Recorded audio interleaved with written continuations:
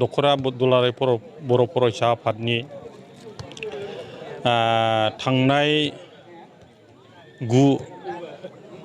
माबानिफ्राय होनाय सेप्तेम्बरनिफ्राय होनाय जि गामियारि जि जोलुर बादायलायनाय बे दिनै जोबथा एबा फाइनाल गेलेनाय बे सोलिगासिनो दङ आरो बे फाइनाल खेला एबा जोबथा खेला जायगानिनो दैफांखुथि गामिनि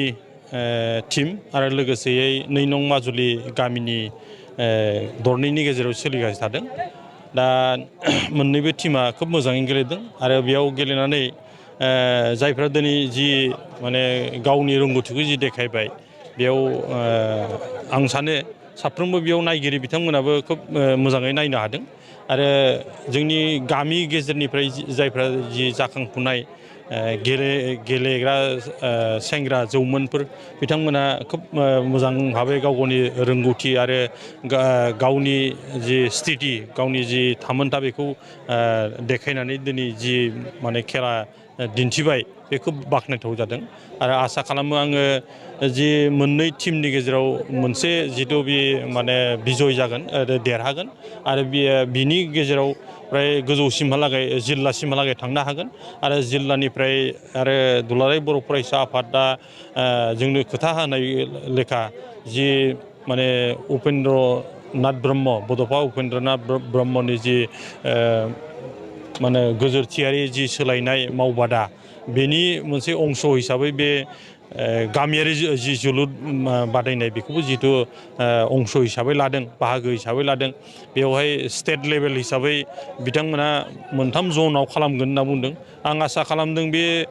नोलोबारि दख'रानिफ्राय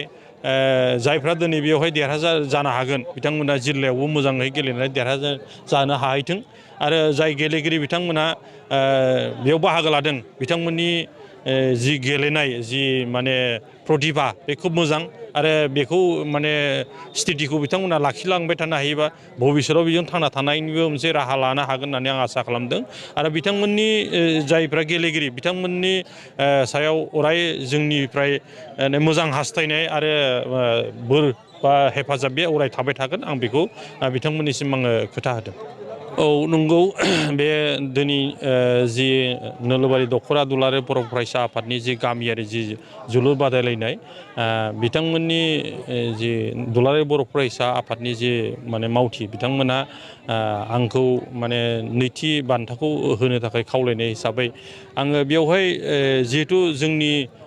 बर' माहारिनिनो जाय जाखांफुनाय सेंग्राफोर बिथांमोनहा माने बेवहाय खेलखौ गेलेगोन आरो लोगोसे दुलाराय बर' फरायसा आफादा बेखौ बानजायनाय हिसाबै आङो बेखौ गोसो गोथारै माने जाखांफुनाय सेंग्राफोरा जाहाथे इनकारेज मोनो आरो दुलाराय बर' फरायसा आफादा जाहाथे थांनाय 10 बोसोर बिथांमोना बिदिनो होबाय थादों आंल' नङा गुबुनफ्राबो बेखौ स्पन्सर खालामदों सोरबा हेफाजाब होदों आरो फैबाय थानाय दिनाव आं आसा खालामदों बेबायदि जुदि जोङो साफा सानै जायफ्रा एसे एनै हानाय बेबायदि हेफाजाब होबाय थायोबा निस्सय दुलाराय बर' फरायसा आफादनि जि थांखि जि मिजिं बे मोगथाङाव जाफुंगोन आरो जोंनि गामियारिनिफ्राय जायफ्रा दिनै माने मोजां गेलेग्रा फोर दङ बिथांमोना गाव गावनि जि प्रतिभा जि माने टेलेन्ट बेखौ देखायनो थाखाय सुबिदा मोनगोन बेबायदिहाय जोङो दुलाराय बर' फरायसा आफादा बे प्लेटफर्मखौ बानायनाय हिसाबै आं बेखौ खोब मोजां मोनदों बाख्नायदों बे हिसाबैनो आं गोसो गोथारै बिथांमोनखौ आं हेफाजाब जाना थांबाय आं बयनिसिमबो जोंनि दख'रानि मावथि लोगोफोरखौ साबायखर बावो आरो गामि आफादनि आफादगिरिनिफ्राय लानानै लाइमोन सेंग्रा गासैखौबो साबायखर बावो जिहेथु गामिया मोजाङै मोजां जानानै गेमा मोजाङै मोजां जानानै थांबाय उद्देश्यआ बेनो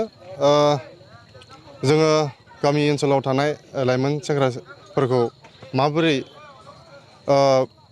फिसा जायगा एबा प्लेटफर्म होनो हायो बेखौनो साननानै जों बे खेलाखौ बोसोरफ्रोमबो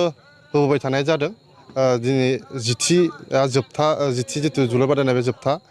आरो फैबाय थानाय 2024 मायथाइयाव जोंहा दैफांखुथि गामिया बे गेमखौ लांबाय फैनाय बोसोरावबो जों बे हाबाफारिखौ जों मावगोन जोङो दख'रा आफादा जेसेबांसिम थाबाय थागोन जों बे हाबाफारिखौ जों लांबाय थागोन जोंहा जिथु जिथि गामियारि जोलुर बादायनाय जों बे गामिनिफ्रायनो जोङो सेथि बान्थाखौ मोननो हादों रंसारि आनन्द दैमारि फिसाला सरत दैमारिया बे बान्थाखौ बावहरदों बिथांनि बिफानि गोसोखांथियाव आरो लोगोसेयैनो नैथि बान्थाखौ जोंनिनो मोनसे ब्लकनि TCLCC चेयारमेन मुसाहारि बिथाङा नैथि बान्थाखौ बावहरदों लोगोसेयैनो जोंहा दिनै बेखेवगिरि आलासि महरै बिटिआर गभर्नमेन्टनि डक्टर निलेश सरगियारि बिथाङा जोंनि गेजेराव हांख्रायनाय लेखायै मोनफैबाय बिथांमोननिसिम रोजा रोजा साबायखर बावबाय आरो लोगोसेयैनो जोंनि ओनसोलनिनो मेलेमजिबि बयनिसिमबो आं साबायखर बावहरबाय आरो जिल्ला एबसुनिसिमबो आरो मिरु एबसुनिसिमबो जिथु बाहागो लाफैबाय बिथांमोननिसिमबो आं साबायखर बावहरबाय बिटिआर सरकाराबो मोनसेनि उनाव मोनसे 14टा टिमा गेलेनायनि हाबाफारि बे जिथु जोलुर बादायनाय बे बादायलायनायाव बाहागो लादोंमोन आलासि महरै जोङो दिनै जोबथा खेलायाव मोननै गोख्रों टिमखौ मोनहैनो हादों मोनसेया जाबाय माजुलिकुटि इउथ क्लाब आरो मोनसेया जादों दैफांकुटि इउथ क्लाब बिथांमोनानो दिनैनि जोबथा जिथु जोलुर बादायनाय बिनि जोबथा गेलेगिरि आरो बेजोंनो लोगोसे दैफांकुटि गामिया देरहासार जानो हाबाय चेम्पियन जानो हाबाय आरो नंगु माजुलिया रानार्स आप जानो हाबाय बिथांमोननिसिम बयनिसिमबो टिमनिसिम आं साबायखर